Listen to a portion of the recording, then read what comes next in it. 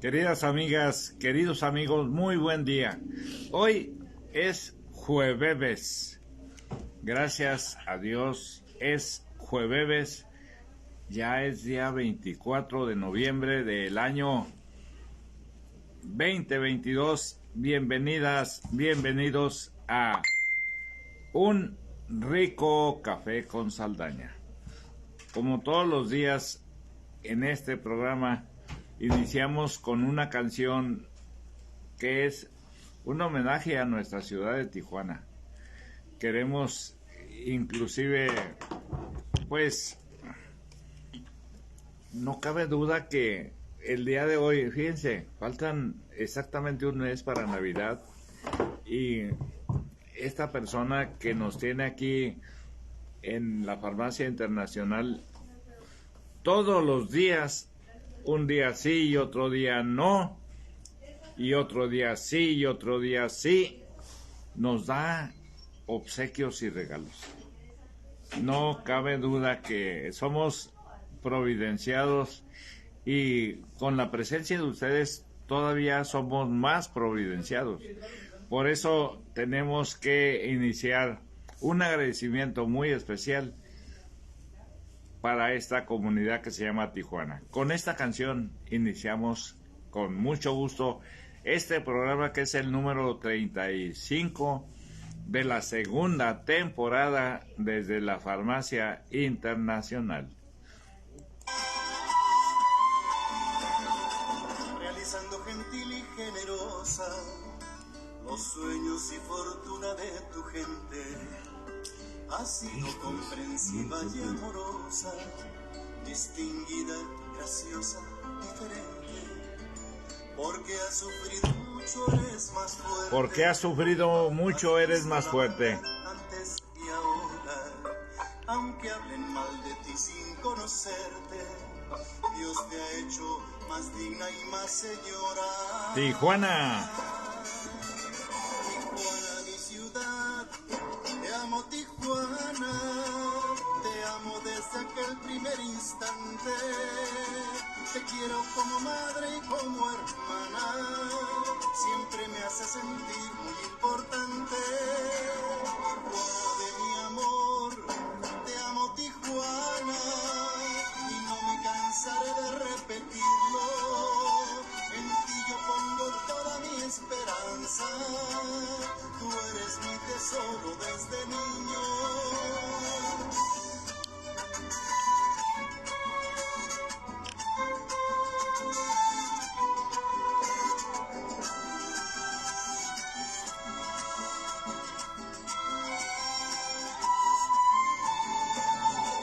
Alejado de ti yo sentiría un mundo de nostalgia y de tristeza. No puedo yo olvidar esa alegría que muestra tu romántica belleza. Fíjese que una cosa nos lleva a otra y los voy a sorprender con lo siguiente. Resulta que en esta era digital, la verdad es que lo virtual ya tomó el mando y les voy a comentar estas palabras. A Roberto Rentería, los Baja Compas, muchísimas gracias. ¿Te acuerdan de los Baja Compas? Roberto Rentería es parte importantísima de los Baja Compas. Un abrazo, Roberto. A Enrique Velasco, que es parte de los Santana. Pero antes de iniciar esto, les voy a decir, me gusta el olor que tiene la mañana. Me gusta el primer traguito de café. Y es mejor con Saldaña.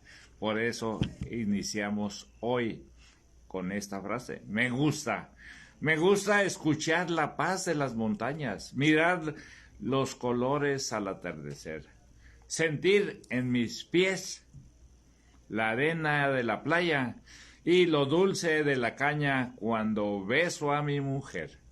Sé que el tiempo lleva prisa para borrarme de la lista, pero yo le digo que, ¡ay, qué bonita es esta vida! Gracias a ustedes, queridas amigas, queridos amigos. Hoy que tenemos el programa número 35, tenemos un invitado de súper lujo. Es para mí Santa Claus, los tres Reyes Magos juntos, Santa Claus y los tres Reyes Magos juntos. Está con nosotros nuestro amigo de toda la vida, Carlos Cortés Bustamante. Gracias por estar aquí con nosotros. Charlie, ¿de qué vamos a hablar hoy? ¿Qué te parece este inicio de que me gusta el olor que tiene la mañana y me gusta el primer traguito de café? A ver, tu tacita. Aquí está, José. Muy buenos días, muy buenos días a las amables personas que te acompañan en esta mañana. Y oye, inspirado, muchacho, inspirado. Qué bárbaro. Vamos a hablar ayer que tuviste una visitante verdaderamente de lujo, no como yo, hombre.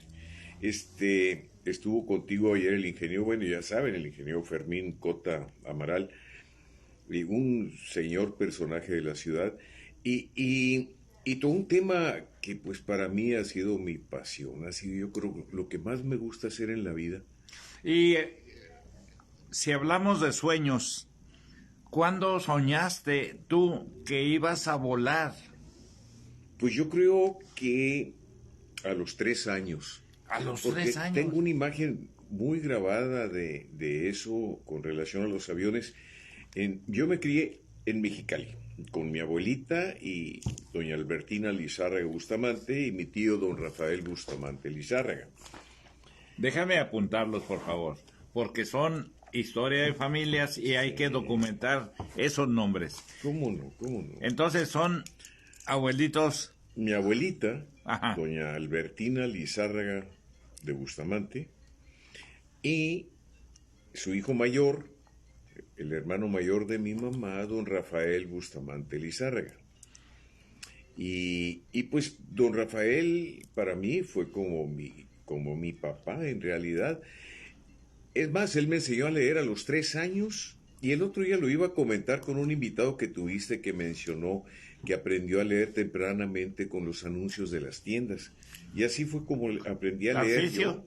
Tarcisio fue, ¿verdad? Sí, es cierto. Entonces, pues yo recuerdo de Mexicali, de la casa que estaba ahí cerca de lo que era el Palacio de Gobierno, ahora la oficina de la Rectoría de la Universidad, allá a una cuadra vivíamos, íbamos en autobús al centro y en el camino me iba señalando los letreros y con eso aprendí a leer.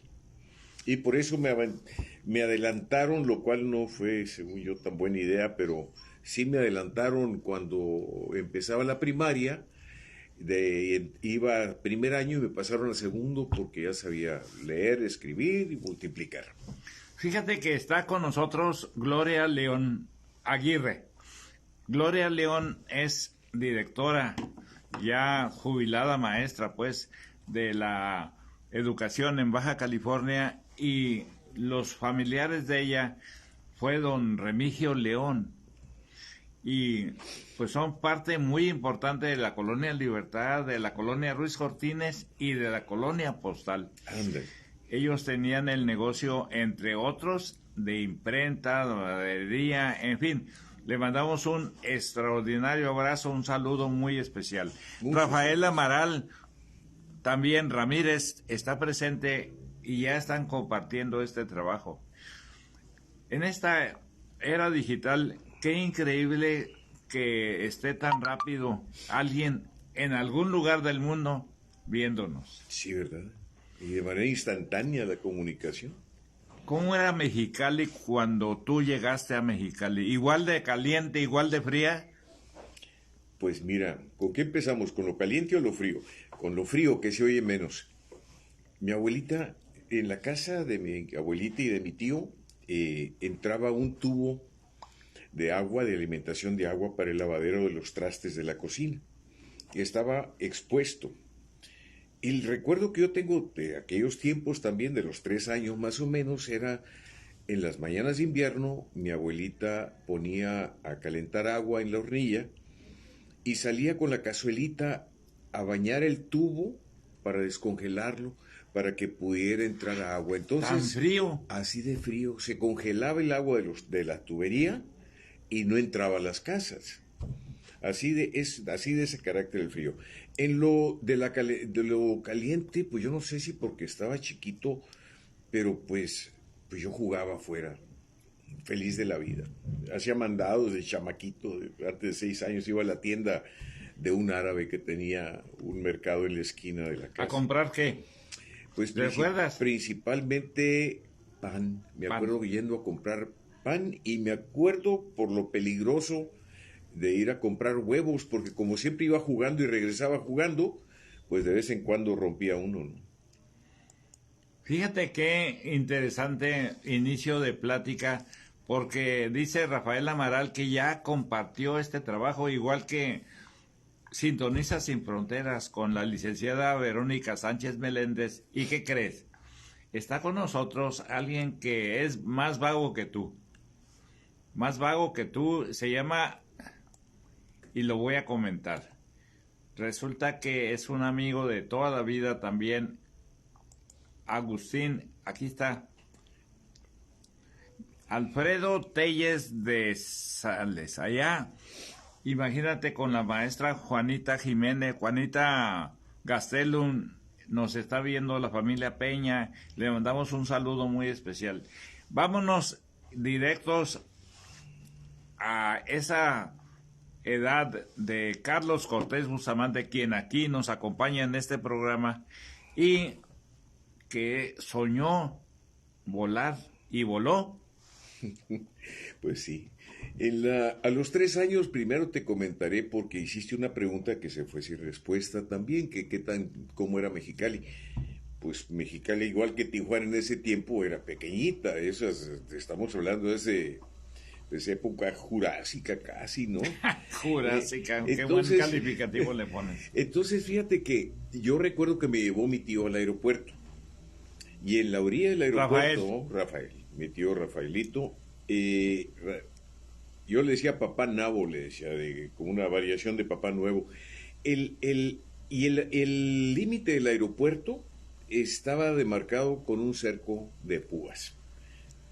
Unos postecitos rústicos y alambre de púas, yo creo que un par de Entonces estaban cerca de la línea internacional. El aeropuerto estaba muy céntrico, pero en aquellos entonces eran totalmente las afueras de Mexicali.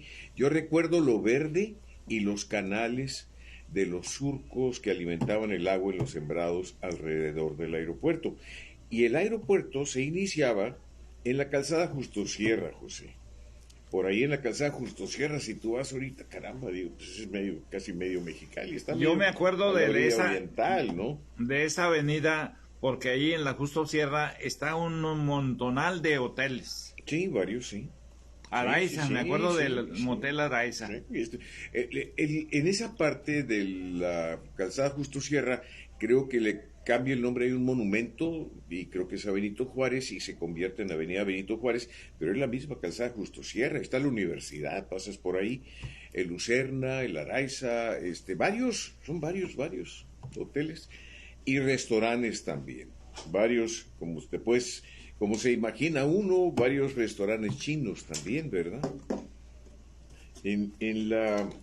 Entonces, yo recuerdo haber visto los aviones probablemente eran aviones decomisados, porque estaban en estado de deterioro. Y como los aviones estaban cubiertos, en lugar de metal, había muchos aviones, todavía cubiertos con lona, o sea, sus alas, su fuselaje, tenían estructuras tubulares, y las paredes del avión y las alas eran lona. Entonces, con el tiempo, empezaban a deshilacharse, y veías tú los pedazos de tela que estaban ondeando al viento, ya te digo.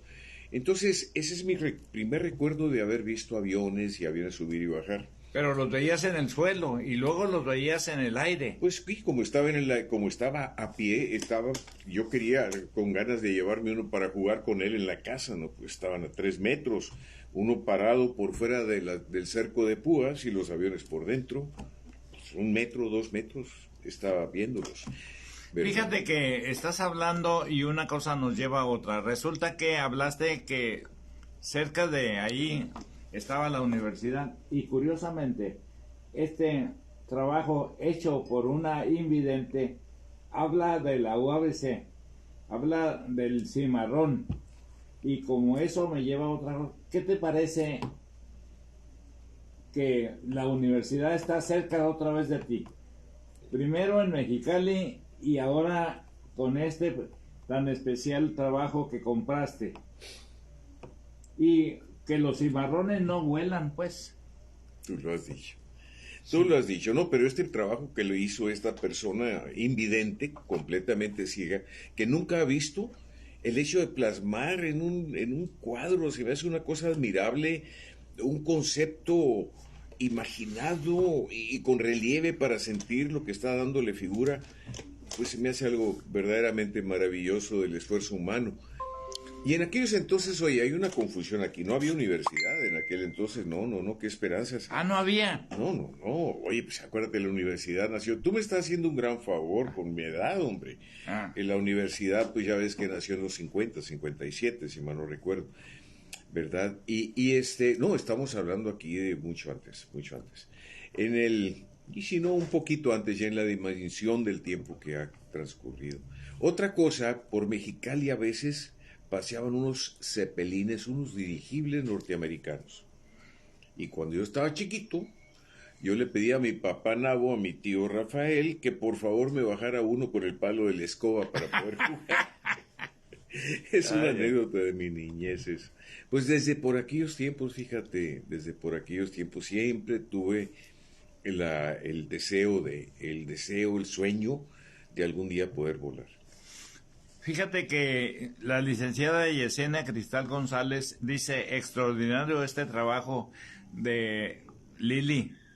Por cierto, así se llama Liliana, la joven, le vamos a decir joven invidente, que es la autora de ese trabajo. Y Antonio Cepeda, que tiene un libro que se llama, entre otras actividades, es fanático del fútbol, y hoy pues nos lleva al fútbol. Qué bueno que están aquí con nosotros en lugar de estar viendo el fútbol, o ya terminó el partido. Está por empezar Brasil, el juego de Brasil dentro de un rato. Los invitamos a que sigan en este espacio, porque esto es más importante que el juego de Brasil. Brasil lo van a ver al rato. Entonces, papá Nabo te dijo, ¿qué te dijo cuando bájame ese dirigible? Pues ya te imaginarás que me pospuso la solución, ¿verdad? Sí, al rato, hijo, ¿no? Nada más. No, fue algo que pues me tomó tantos años, porque yo empecé a volar, pues digo, ya madurito, ¿verdad? Si mal no recuerdo, empecé de 40 y algo de años. Oye, espérate, te vas de los 3 años hasta los 40, vamos a caminar, porque esa es historia de familias, hablar de que estabas en Mexicali y luego se vienen a Tijuana. Sí, cuando yo llegué aquí casi para cumplir los 6 años, en los últimos días del 51 o del 50. ¿Cuándo fue el incendio del Coliseo? 51. Uno, ¿verdad? El 22 de diciembre, la Posada Trágica. Yo recuerdo, llegamos a vivir en un apartamento que estaba del Calimax del Boulevard, 2 cuadras hacia el norte, hacia el río. Y yo recuerdo las ambulancias toda la noche, las sirenas de las ambulancias que nos pasaban cerquita por el Boulevard rumbo al hospital llevando tantas personas lastimadas. Yo sé que sí, fue un evento terrible, ¿verdad? Terrible. Pues fácil, falta un poco menos del mes. Estela Pedraza, muchísimas gracias por estar aquí con nosotros. Felicidad, y Humberto Silva te mandan un cordial saludo. Y igualmente. Entonces, platícame entonces, por favor, para el auditorio también, cómo fuiste caminando en la educación. Porque, pues eres contador, pero tuviste primaria, secundaria y tuviste amigos en una zona bien simpática de Tijuana. Sí, pues mira, para empezar, mi primaria pues es en un lugar emblemático de la ciudad, porque la hice en la Escuela Álvaro Obregón, ahora la Casa de la Cultura, Ah, mira. ¿verdad? Y el otro día tocabas tú el tema de cómo al avanzar, pues yo hice hasta la secundaria aquí, una escuela que existió en la colonia Juárez, después fue Abraham Castellanos. En aquel entonces, al empezar, fue una secundaria que hicieron varios maestros, entre ellos el profesor Felipe Ojeda, era el director, por ejemplo, y ahí hice primero y segundo de secundaria. Y tercero en la Cuautlatóhuac. Y cuando salí de secundaria, resulta que se sabe que al extenderme los papeles, no lo pudieron hacer porque la escuela no estaba incorporada. Entonces, yo me fui así, pues y no pude entrar, no me acuerdo por qué, a la preparatoria que existía. Me mandaron a Mexicali, a un internado con el padre Javier Esparza, en el internado del Instituto Salvatierra, Ah, en la fuiste calzada Justo Sierra.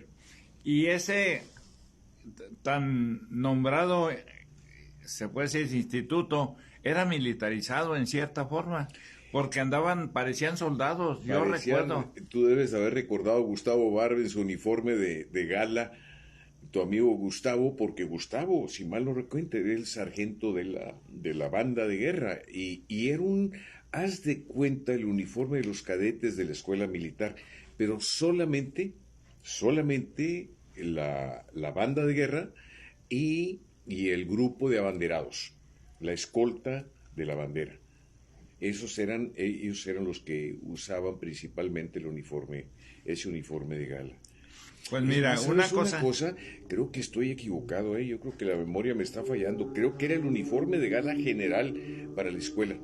No más que yo no lo tuve. Yo nunca tuve el uniforme de gala que recuerde. yo recuerdo que el Instituto Salva Sierra era un rival muy exclusivo para el deporte del básquetbol con el seminario mayor, seminario Sí, cómo menor. no. Los seminarios y allá mismo en Mexicali la secundaria de 18, ¿verdad? Que era un potencial tremendo tenía también en el básquet, claro. Sí, ¿verdad? Eran Sí. rivales de abolengo. Tenía recibía gran prioridad el deporte del básquet en el instituto, sí. Y en ese camino, fíjate, a mí me da, porque esto es lo que tenemos que documentar gracias a tu memoria. Tú fuiste la segunda generación de contadores públicos en Tijuana Sí. y tienes una memoria de cada una de las personas que fueron tus compañeros. Sí, cómo no. Los documentamos, por favor. Sí, claro, con muchísimo gusto. Mira, uno que se nos fue, ya se nos fueron dos muchachos de ese tiempo. Uno era Juan Foradori Busarelo, ¿te acuerdas de Juanito, el Giovanni? Fura, Foradori forador. Busarelo, con B grande. Juan Foradori Busarelo. ¿Era italiano? De familia, sí, Ajá. por los dos lados, tanto de papá como de mamá, Foradori y Busarelo, los dos. Ajá. Eran inmigrantes italianos. Yo recuerdo a su mamá que tenía una estampa de una señora, una mamá clásica Artista. italiana. Ah, sí. Sí, la forma de vestir, de peinarse. Como lo ves en las películas aquellas de por allá de Marcelo Mastroianni y compañía, ¿no? De Sofía Loren, Ándele, sí. No, es más bien como la mamá de Sofía Loren, ¿eh? como la mamá. Fíjate. Y Y entonces, Abelardo Romero Leré, otro fino amigo. Abelardo venía de Ensenada para acá. Y luego también estaba Francisco Encinas, su novia en aquellos entonces. Ay, Diosito, se me olvidó el nombre de la novia de Abelardo. Estaba nuestro colega y amigo Rojas Pineda, Hugo Rojas Pineda, y su novia Marta Barocio Morel, también eran las dos parejas, y ellos cuatro venían desde la preparatoria o desde la secundaria, venían juntos. ajá. Hugo, Francisco, Marta y Marta Leticia, por cierto, y su, ay Diosito santo, se me olvidó el nombre de la novia de Pancho. Después su esposa, ellos, esas dos parejas, culminaron su noviazgo en matrimonio, Ah, mira. ¿verdad? Entonces, ahí vamos 6, conmigo 7, y teníamos un compañero que estuvo en la primera, fue parte de la primera, de apellido Aceves. Aceves era la primera y luego se pasó a la segunda y creo que finalmente no terminó. Nos llevábamos como si fuéramos una sola generación, Una la familia. primera y la segunda. Claro. Y esa, pues oye, pues en la primera no había más que 3, Ajá. Rigoberto Rubio, Arturo Magaña y Mayoral. Fíjate que es bien importante hacer un recuerdo de cómo eran los salones de aquella época, porque vas ahora a la universidad y te sorprende, yo creo. Claro. Platícales cómo era la escuela Álvaro Obregón, que era la escuela donde ustedes estaban en la universidad. Y cuando pues a mí me tocó regresar, creo que a mi salón de 4º año de primaria. Y pues teníamos que sentarnos en los pupitres de los niños, en el que no cabíamos, o sea, nos sentábamos de lado, ¿no? En los salones de nuestra querida escuela primaria, de mi querida escuela primaria, cuando menos. Pero eso fue un año nada más. Ajá. Después nos fuimos al edificio de la prepa en la colonia Arnaiz, en el fraccionamiento Arnaiz, rumbo a la televisora. Y entonces, pues de hecho, yo prácticamente terminé ahí la carrera. No me tocó, pero como yo dejé pendientes 3 materias por un accidente que tuve, me mandó al hospital en fecha de exámenes, entonces no presenté 3 exámenes y me hice desidia y los pagué como 4 años y ya me tocó tomar algunas clases en las instalaciones nuevas de Otay. Así que pasé por 3 en la escuela Álvaro Obregón, todavía no era Casa de la Cultura, la preparatoria de la UABC que estaba en la colonia de fraccionamiento Arnaiz, y luego en las instalaciones modernas ya de la... sin ser tan grandes los tantos edificios, ¿no? Entonces estamos hablando de una Tijuana llena de cerros en la Altamira. Y luego fraccionamiento Juárez. Es cierto. Y Muy cierto. cerros. Y pasaban los aviones. Y te recordaban que tú tenías que volar. Pues fíjate que sí, cuando estaba yo, poquito antes de eso, cuando se estaba yo creo que a mediados de la preparatoria, que fue cuando estaba escogiendo qué carrera iba a tomar. En realidad, escolásticamente, mi sueño era estudiar medicina, ¿verdad? Entonces, pues, pero había limitaciones económicas, no podía ir a estudiar medicina fácilmente. Lo que te quiero comentar relacionado con la aviación en ese momento es que le platiqué a mi mamá que yo quería ser piloto. Antes que otra cosa. No, pues casi me andaban corriendo de la casa, man. Se dio una enojada mi mamá, muchacho idiota, te vas a estrellar, te vas a matar, está muy jovencito para que te mueras, etcétera, etcétera. Entonces, pues en realidad, y no creas que había tanta facilidad, porque también siempre tiene su costo estudiar aviación, igual que otras carreras. Muchas limitaciones. Y entonces tenía un tío en Guadalajara, y ahí te voy a Guadalajara a estudiar medicina, sin papeles todavía. Había terminado prepa y no tenía certificado de secundaria. Cuando terminó el primer semestre en la Autónoma de Guadalajara, donde asistía en calidad nada más de oyente, no me podían recibir formalmente, entonces regresé y me tocó conocer a quien mi mamá le había encargado que arreglara mis documentos, legalizara mis estudios, y fue una personalidad, caray, no tengo palabras para expresarme de él, el licenciado Ricardo Zamora Tapia, que en paz descanse. Y vamos a hablar de don Ricardo Zamora Tapia, porque tenía una personalidad extraordinaria.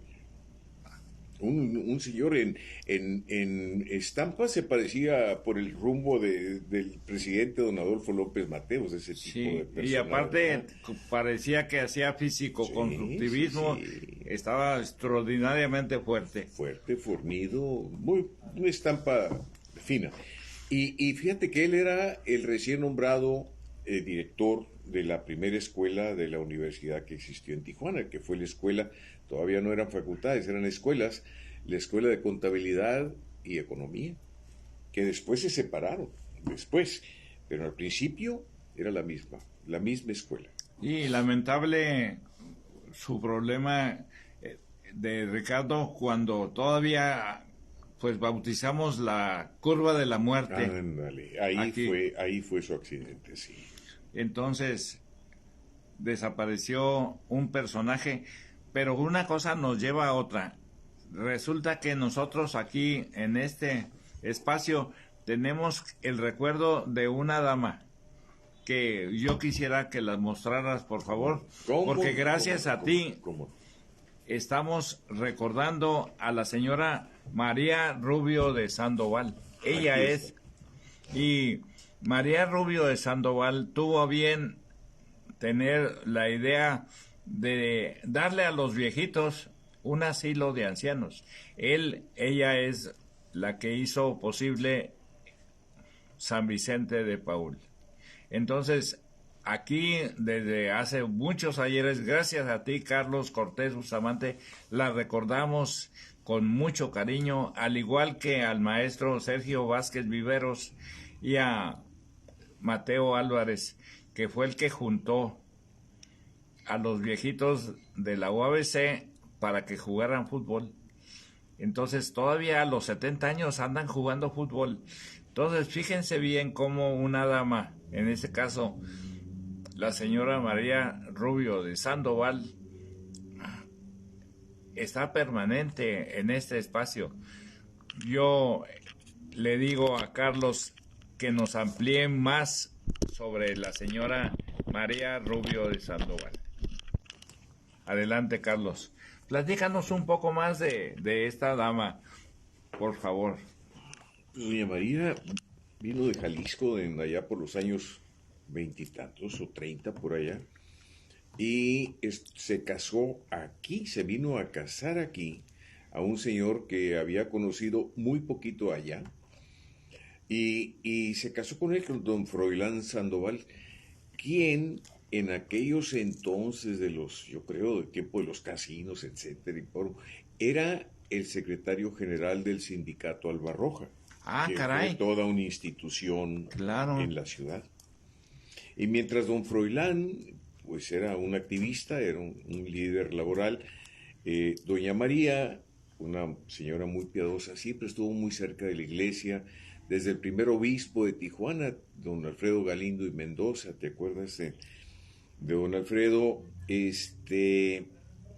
pues por ayudar a la iglesia empezó a tener varias actividades, nunca tuvieron hijos, pero ella era una persona que canalizaba su energía, su pensamiento, su intelecto, pues al ayudar a las personas.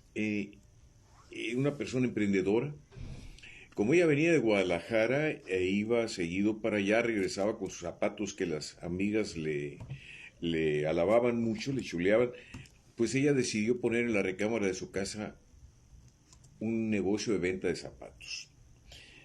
Posteriormente conoció a otra persona, ya tenía sus ahorritos, puso una tienda de curiosidades en la Avenida Revolución y empleaba muchachas que hacían labores de tejido que le vendían a los turistas americanos.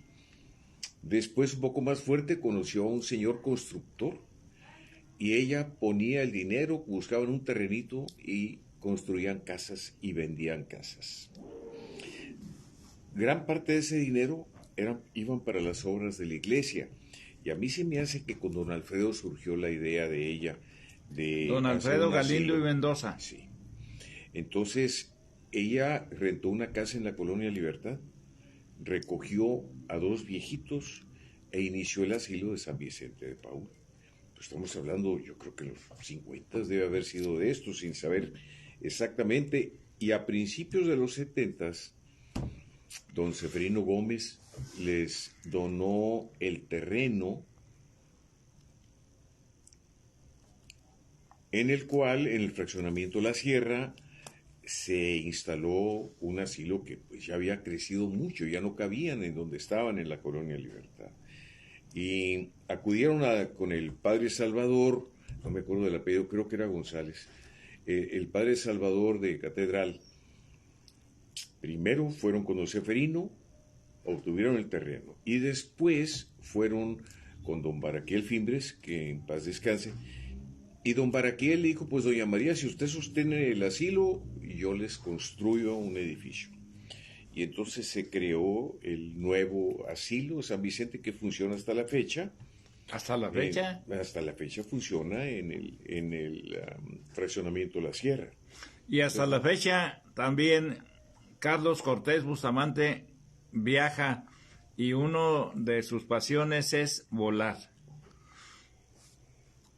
¿Qué hace una persona que sueña de niño, que quiere volar? ¿Qué hace un joven que reitera que quiere volar y luego busca y toca puertas para aprender a volar?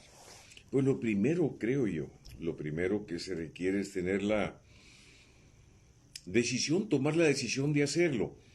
En la aviación existen muchos conceptos que son, pues todos ellos que van por el lado de considerarlo como una actividad, pues casi sobrehumana, ¿no? Algo de magia, volar, caray. Pero pues no es más que técnica. Cualquier persona lo puede hacer con un poco de entrenamiento, con un poco de dedicación, de estudio. Curiosamente, para el toque de mover una máquina en el aire, de manejar un avión, de lo que el aspecto de manejo, digamos, o pilotearlo, manejarlo, las mujeres tienen un toque más fino para hacerlo. Son mejores pilotos las mujeres en ese sentido por su finura que los hombres. Fíjate que llega precisamente una dama, Evangelina Vélez Medina, aquí al programa a través de este tan especial, y una cosa me lleva a otra, porque Agustín Dager Malov, ahí en su gasolinera en la Fénix, me jalaba, ven, Saldaña, ven, y me sentaba en una computadora, dice, ¿a dónde queremos ir? Y empezaba a volar un avioncito con la computadora y llegábamos a Las Vegas. A donde quisieras ir. Era una sorpresa, y subía y movía él hacía todo eso. Es eso que veías en la computadora, en el que es el tablero, pues básicamente es la reproducción de un vuelo por instrumentos, en el cual no necesitas ayudas visuales para poder salir y llegar a tu destino, ¿verdad? Es una parte, hay dos tipos de vuelos visuales, que son en condiciones como hoy, los días claros, en el cual te guías por el suelo. Sacas tu mapa, tu carta de navegación y tú te vas viendo montañas, vas viendo lagos, vas viendo carreteras, vías de tren, etcétera, ¿no? Entonces te guías con los ojos. Pero si tú tienes, con lo que están viendo tus ojos en el exterior, pero si tú vuelas por instrumentos, no necesitas ver para afuera. Ya ves que cada rato vuelas y te asomas a la ventana y no ves nada porque vas entre nubes. Y así tú puedes llegar perfectamente con los solos instrumentos del avión, llegas a algún lado. ¿Y cómo tocaste puertas y a dónde te fuiste a aprender a volar? Bueno, no tanto toqué puertas. Mira, cuando yo empecé, que ya fue a los 40 y tantos años, en realidad fue un regalo que me hizo mi entonces señora, mi esposa, una linda señora, Yolanda Castro Belén, mamá de mi hijo. Y fíjate que fue la primera lección y el paquete de cuadernos y los libros y la regla y el transportador que necesitaba para empezar a estudiar fue un regalo de Navidad de ella. Ella sabía que tanto tenía yo y que lo había pospuesto. Y un día que fuimos a Brownfield, no me acuerdo por qué, y estaba una muchacha jovencita revisando el avión para salir a volar. No, digo, a mí pues me sentí, ¿qué te diré? Me sentí emocionado, me revivió todo aquello, la ansiedad de volar. Y ella lo advirtió y me hizo el regalo. Y pues yo para entonces, número uno, ya para cuando empecé a volar, mi hijo ya tenía, pues que mi hijo ya tenía como 16 años, algo así, 17 yo creo. O sea, ya estaba en formación, ya estaba por entrar a la universidad yo creo. Y ya mi situación económica pues ya estaba más consolidada, ¿no? Yo ya tenía los negocios, después de haber tenido un tiempo el despacho como contador. O sea, ya podía yo costearme sin ninguna dificultad las clases, ¿verdad? Y mira, saliendo de tantito de lo biográfico, quisiera yo comentar dos detalles que yo creo que le preocupa a todo mundo que vuela y que no tiene contacto ni información con relación a por qué vuela un avión. Y las personas piensan, se acaba el motor y nos vamos a estrellar. Precisamente estaba yo pensando un poquito de la historia de la aviación, porque de repente yo recuerdo que había hombres, mujeres que se ponían hasta alas y las movían así para disque volar. La historia de la aviación es importantísima, es interesantísima, porque cada trancazo que se dieron, pues quedaron marcados y hasta muertes hubo. No, no, vieran, pues yo creo que en aquellos entonces el porcentaje de pilotos que llegaban a edad avanzada era escasa, yo creo, porque era una actividad heroica y yo creo que ese aspecto romántico de la aviación la ha seguido con los años cuando ya no lo es, digo, ya no, el que vuela ya no es un héroe, ya no es una persona que desafía la adversidad y se enfrenta a las fuerzas del destino en cuanto al clima, por ejemplo. Fíjate, a ver qué le vas a decir a esta persona. Josefina Torres te dice, estás plasmando historias. Mira. Y plasmar historias ya está en España. Mira. Está en Sudamérica, gracias a Josefina Torres. Qué linda, qué bárbaro. Qué linda, pues le digo gracias, muchas gracias, qué bárbaro. Es el día de hoy, el día de gracias. Sí, señor. Entonces déjame terminar el concepto que te decía. Uno, que las personas, muchas personas que conozco me han preguntado, oye, si se apaga el avión, hasta el avión más grande planea. Hace poco hubo una película que se llamó Milagro en el Hudson, creo que se llamaba, la del capitán Sullenberg, creo, el capitán Sully, que sentó el avión después de que se le apagaron las dos turbinas, saliendo de Nueva York, saliendo de La Guardia, ¿no? Y no alcanzaba, le cuestionaban después en un juicio que hubo que por qué no llevó el avión al aeropuerto y se demostró que el avión no iba a llegar y que su decisión fue la buena.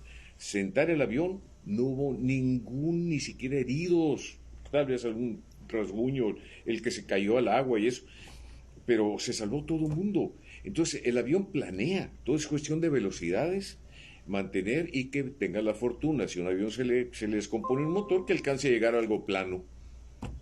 Y si es agua, pues también, ¿verdad?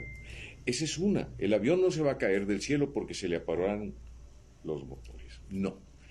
Otra. Lo feo que se siente con la turbulencia.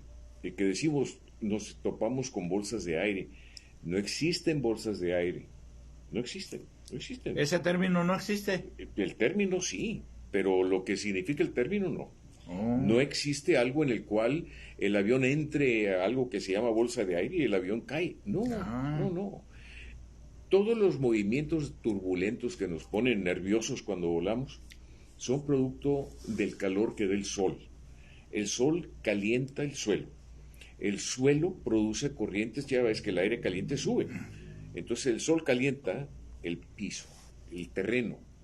Y como no es lo mismo el grado de calor que genera la arena, lo sembrado, la vegetación, las piedras, el granito, el concreto, el pavimento, son de diferentes temperaturas.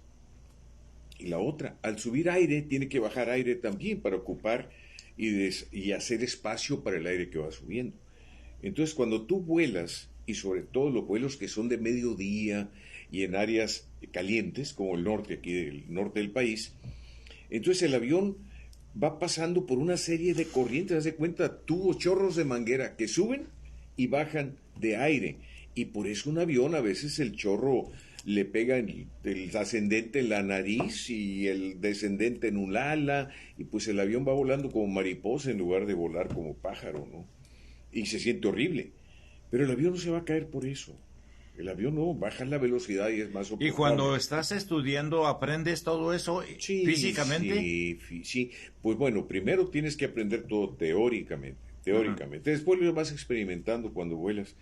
Pero lo primero que haces es estudiar tanto aeronáutica como meteorología. Y empiezas a conocer los fenómenos, qué es lo que producen el clima. ¿Qué cosas producen clima? Cambios en el clima. Fíjate, acabas de mencionar dos términos, son importantes, meteorología Sí, señor. y la otra, Aeronáutica aeronáutica. Y resulta que en la primaria, en la secundaria, aprende uno a estudiar geografía y física y, también. y física, pero la geografía es la que nos lleva de un lado a otro.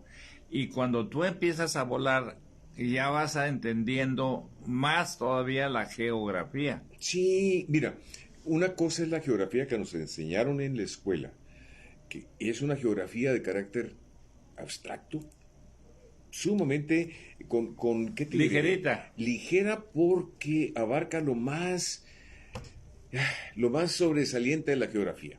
Ciudades, las grandes ciudades, no los pueblos, las grandes ciudades. Los ríos, los arroyos, las veredas, no, los grandes ríos, y quise decir cañadas en lugar de veredas. En lo que se refiere a vías de comunicación, las carreteras y las vías del ferrocarril, pero no las veredas, no los atajos. O sea, es una geografía descriptiva de lo principal, los principales cordilleras, ¿verdad? Me acuerdo de la orografía, la hidrografía, en el caso de los ríos, lagos, mares. Pero cuando vas volando, si vas en condiciones visuales, un vuelo visual, te vas guiando por es el detalle a niveles micro, ¿verdad? Vas viendo un laguito, vas viendo sobre la costa, vas viendo una bahía, vas viendo un cabo, una punta, una saliente de la tierra, una playa. Entonces vas reconociendo detalles que no nos enseñan ni de chiste. Y eso lo vas a ver cuando usas tus cartas de navegación. Es más, ahorita no tengo aquí, está en el escritorio, alguna carta para enseñar, mostrarle a todo el mundo una carta de navegación, que no es más que un mapa. Y eso con la cuadrícula de las líneas que se dividen el mundo en la cartografía, que luego se va a traducir en posición con latitud, longitud y grados, cosa que es muy interesante, y esa es un tanto sencilla, hay que estudiarla, ¿verdad? Pero Y luego sí. en Tijuana, que es una ciudad fronteriza, pues vemos dos países, Estados Unidos, por cierto, salud con este rico café con Saldaña. Salud. Y en ese camino decidiste mejor ir conociendo México que Estados Unidos. Pues fíjate que hubo una combinación porque curiosamente mi entrenamiento de aviación, por cuestiones de estructura, de horarios, de tiempo, en lugar de estudiar aquí con don Aurelio Hernández, que es a quien yo recomiendo con el Centro Aeronáutico de Tijuana, el maestro Aurelio Hernández es una personalidad en la aviación. Es ¿Es un de señor Tijuana? piloto, sí. Bueno, creo que él es originario de otra parte del país del sur, pero pues tijuanense, tiene muchos años con la escuela aquí y tiene una super escuela, ¿eh? Digo, no he ido a tantas escuelas como para conocer, pero en mi opinión la calidad de su escuela es eminente. Entonces yo estudié al otro lado, en Brownfield. Ahí saqué mi licencia de piloto privado y después cerraron la escuela donde estaba y me fui a otra escuela que está en Montgomery Field, al norte de San Diego, y ahí en Montgomery saqué mi licencia para vuelo de instrumentos. Y si no me equivoco, obtuve la capacidad ya tenía instrumentos, entonces bimotores. Si mal no recuerdo, la enseñanza sobre bimotores la saqué con Aurelio, aquí en Tijuana. Y luego convalidé la licencia, hice un proceso en el cual te revisan y acudes en el aeropuerto ante la Secretaría de Transportes, su dirección es la de Dirección de Aeronáutica Civil que mencionaba Fermín ayer, y pues ya me saqué primero la licencia norteamericana y ya se convirtió después en obtener la licencia mexicana. Y volé, sí. Y una cosa nos lleva a otra. Fíjate que Arturo Pompa Victoria, el maestro de maestros, tuvo un hijo que era Arturo Pompa Ibarra, o al revés. Y resulta que Arturo Pompa tuvo un negocio de aviones. Sí, como Intercalifornia. no. Claro que sí. No, y Arturo inclusive mi pariente, digo, el profesor, una hermana del profesor Pompa que vive en Caborca, Sonora, doña Victoria, ella se casó con un hermano de mi abuela. Ah, mira. Con don Antonio Lizárraga. Entonces había ese parentesco con el profesor Pompa, quien pues todos los tijuanenses quisimos mucho, ¿verdad? Admiramos, queremos, recordamos, porque un tipazo, otra gran personalidad de nuestra historia. Y Arturo, otro enamorado de la aviación, que sí tuvo en los tiempos cuando era gobernador Roberto de la Madrid, por ese tiempo. Oye, y hay pilotos famosísimos en Tijuana, por ejemplo, Valladolid, Genaro. Genaro Valladolid, cómo no, mi amigo. Y él, paz descanse. Y aparte otro, el maestro Orendain. Fíjate que a él yo no lo conocí, nunca lo traté. Tienes a Manuel Valladolid, también de la misma familia de Genaro. Ajá, ellos eran pilotos también. Nuestro secretario de Agricultura está ahí, y eso, ¿no era de Agricultura? Sí, creo que sí. Recursos del agua y demás. Él se encargaba, tuvo mucho que ver con la alimentación del agua en el Valle de Guadalupe, Manuel. Y excelente piloto. Excelente piloto. Mayo Obregón, mi compadre, por cierto. Mayo Obregón, otro excelente. Y una cantidad enorme de tijuanenses que vuelan con Volaris, con Aeroméxico, con lo que fue Taesa, ahora con Viva Aerobús, porque la escuela de Aurelio, el Centro Aeronáutico de Tijuana, es un semillero de pilotos que casi salen con él derechito a las aerolíneas. De veras, es un nivel de educación importante. Y aparte, eso que acabas de mencionar es bien importante porque las escuelas producen alumnos y luego profesionales, pero muchos de ellos no tienen trabajo. En este caso estás hablando de don Aurelio Hernández, que él casi los pone a trabajar. Sí, es que, mira, al igual que otros negocios, la aviación es un negocio que tiene sus subidas y sus bajadas, sus ciclos, ¿verdad? De desarrollo, de crecimiento y otros de contracción. Ya ves que ha habido compañías que han pasado. Desapareció Mexicana de Aviación, desapareció Taesa. ¿Ya desapareció Mexicana? Pues creo que el gobierno federal está por comprarle al sindicato el nombre, que creo que fue lo poco que sobrevivió de Mexicana. Ah, caray. Para hacer una compañía de aviación gubernamental bajo el mando de la Fuerza Aérea, ¿verdad? Esta cuestión de cíclica, pues provoca que haya ocasiones en que hay una gran demanda por mayor cantidad de pilotos. Y cuando existen contracciones como la de Mexicana, la de Taesa, oye, pues imagínate cuántas personas que se quedan sin trabajo. Y al rato, pues, la industria los absorbe. Fíjate que tenemos que agradecer a la licenciada Verónica Sánchez Meléndez, que dice, ya compartí. Y luego de Eduardo Roque dice, saludos, mi estimado Carlos. Bendiciones. Gracias. Entonces, igualmente. Subidas y bajadas. Tienes que subir en un avión y luego tienes que bajar. Lo captaste bien. Y estamos hablando ya de cuando estamos panorámicamente viendo algo diferente. ¿Te gustaba documentar con fotografías, con películas, los viajes?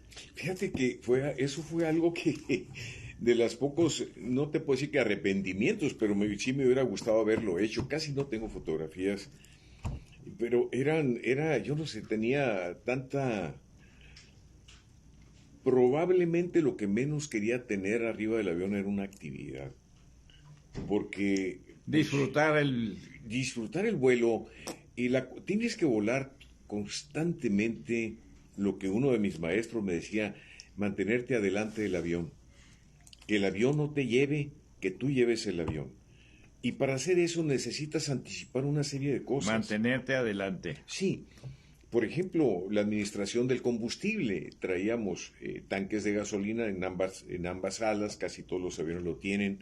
Hay unos que el flujo de combustible es automático, está comunicados a la vez los dos tanques y no tienes que hacer nada, pero en el avión que tenía, mi segundo avión tenía que mover una válvula para cambiar de tanques, alimentar el motor del lado derecho o del lado izquierdo. Entonces tenías que pensar cuándo hacerlo, que no se te fuera a pasar, porque pues era importante, ¿no?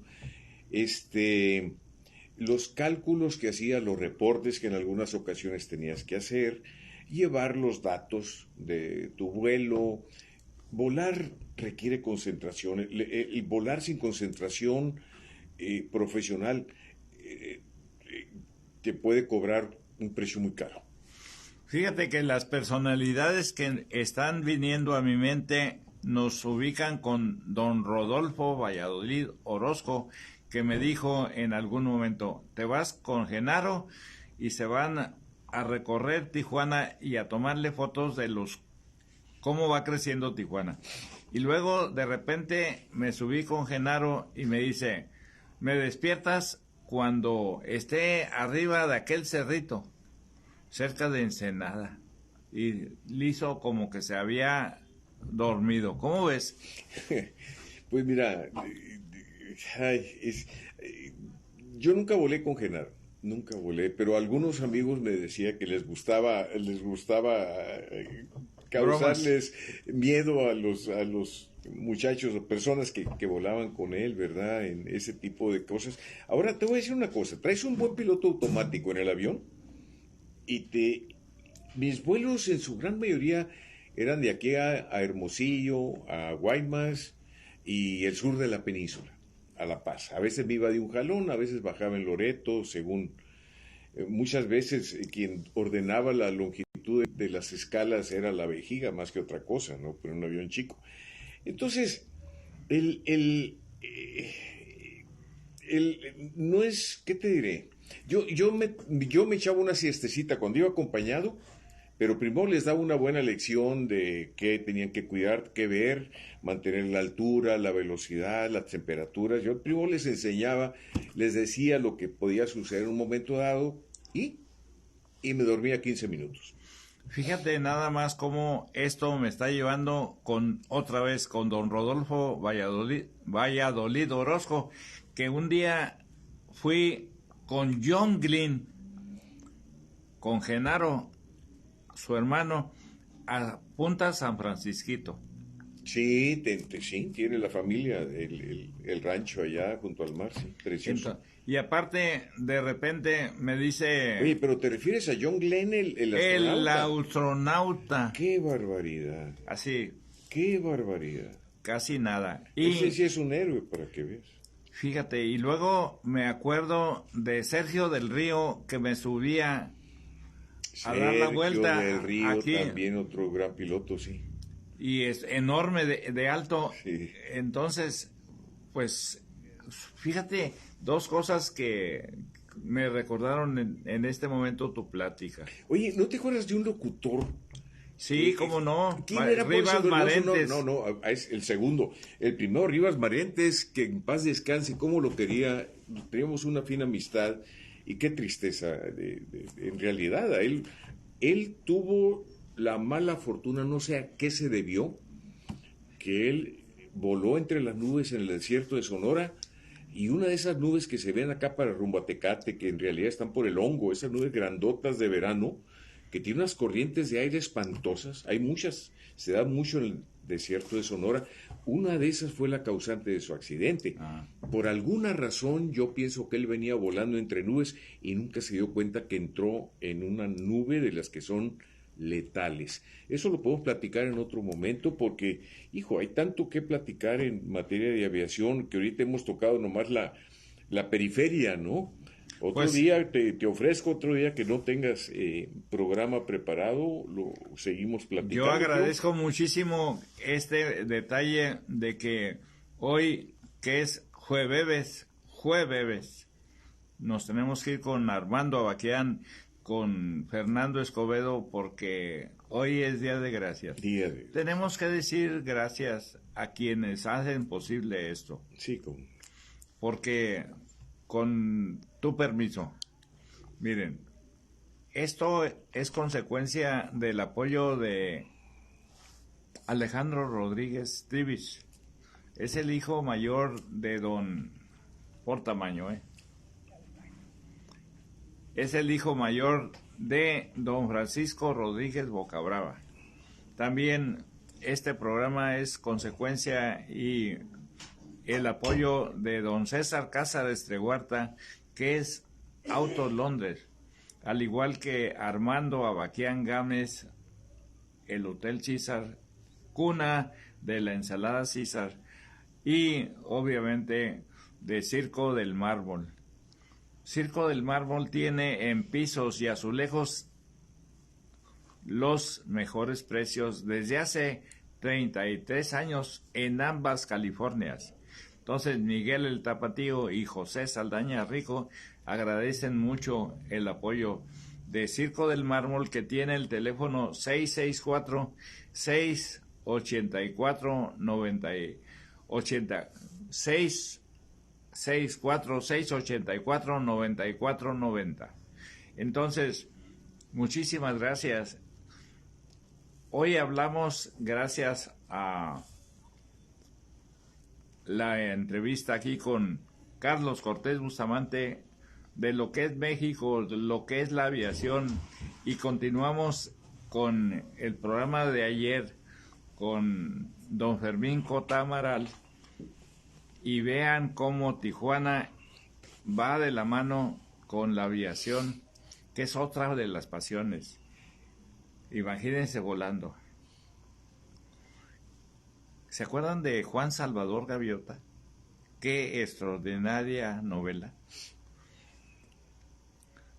Vamos a preguntarle a Carlos qué le parece Juan Salvador Gaviota para concluir este programa número 35 de la segunda temporada, gracias a Farmacia Internacional. Carlos, Juan Salvador Gaviota, que tienes aquí extraordinarios libros y tienes muchos de astronautas. Aquí tienes varios. Sí, la historia que ahí está el señor Jaeger. También tengo una biografía de John Glenn, de tu compañero de vuelo. Fíjate. ¿Verdad? Qué bárbaro haber volado con él. No. Mira, pues la obra de Juan Salvador Gaviota tuvo un impacto mundial enorme, ¿verdad? Son de esas obras que dejan huella. ¿Y qué te voy a decir? Pues mira, me gustaría platicar muchísimo más. ¿Cómo andamos de tiempo? Ya pasamos la hora. Pasamos la hora. Fíjate, muy agradable, por cierto. Oye, espero bueno. que a ti también te haya gustado. Sí, claro, ¿no? Y además platicar de aviación para mí es una cosa, ¿qué te diré? De lo más divertido, de lo más entretenido, pues me da mucho gusto poderlo hacer gracias a ti. Y luego, como una cosa nos lleva a otra, hablaste de la locución y tú fuiste importantísimo en el despegue de Cadena Baja California. No, tú eres muy amable. Lo que yo trabajé muchos años, bueno, no fueron tantos, viéndolo bien, a la hora de la hora, después de trabajar con Gustavo Estiazarán, me habló Mario, mi amigo, Mario Enrique, el compañero de la secundaria. Mario y yo nos conocimos en la Cuauhtlatoa y fuimos muy amigos. Y pasan los años, él se encarga de la cadena y necesitaba organización administrativa y empecé a trabajar con él. y entré pues en plan de implantar sistemas de contabilidad, de controles. Al principio mi actividad como contador en el área de organización, fui su contador, después fui contralor y en los últimos años fui el gerente de la cadena. Eso es de lo que más he sentido orgulloso siempre, ¿verdad? De trabajar en el campo y conocer tantas finísimas personas de las cuales tengo bellos recuerdos. Ni uno solo negativo, puros positivos de gente de una época muy bonita de la radio, de la cual tú has sido parte también. Los sueños se consiguen con insistencia, con fe. Perseverancia. Y ese sueño de 3 años se cumplió contigo. ¿Cuántos pueblos, cuántos aeropuertos conoces de México? Con ello concluimos para que vean qué maravilloso es este país, el cuerno de la abundancia. Sí, es cierto. Mira, no sé cuántos fueron los que visité, me lo dejas de tarea para la siguiente plática, pero creo que me faltaron 5 aeropuertos en la República. Y me acuerdo de Ciudad Victoria, Tamaulipas, me acuerdo de Chetumal, Quintana Roo. Pues así de los que me recuerdo, en la ciudad de Durango, nunca bajé en Durango. Fueron contados, porque pues la Ciudad de México, todo su alrededor, Puebla, en Querétaro, en Pachuca, en la Ciudad de México, bajaba en Toluca y en Atizapán de Zaragoza. La costa, todos los aeropuertos de la costa, hasta Tuxtla Gutiérrez, por el Pacífico, y por el Golfo. Estuve en Veracruz, estuve en Jalapa, estuve en Minatitlán, en los aeropuertos. Tampico fue el primero que visité, estuve en Campeche, en Villahermosa, o sea, hasta Mérida, Cancún, Cozumel. Entonces, pues el Golfo, el Pacífico, toda la península, en todos los aeropuertos de la península. Entonces, me faltaron poquitos, pues casi tengo como 3,000 horas en la bitácora. Y no, ya creo que ya debo parar de hablar. Estoy hablando mucho y se hace tarde, José. Muchísimas gracias. Hoy, que fue el programa 35, les agradecemos su presencia. Les decimos gracias, muchas gracias. Cenen, coman, disfruten el día. Muy agradecidos. Los esperamos Dios mediante mañana. Gracias.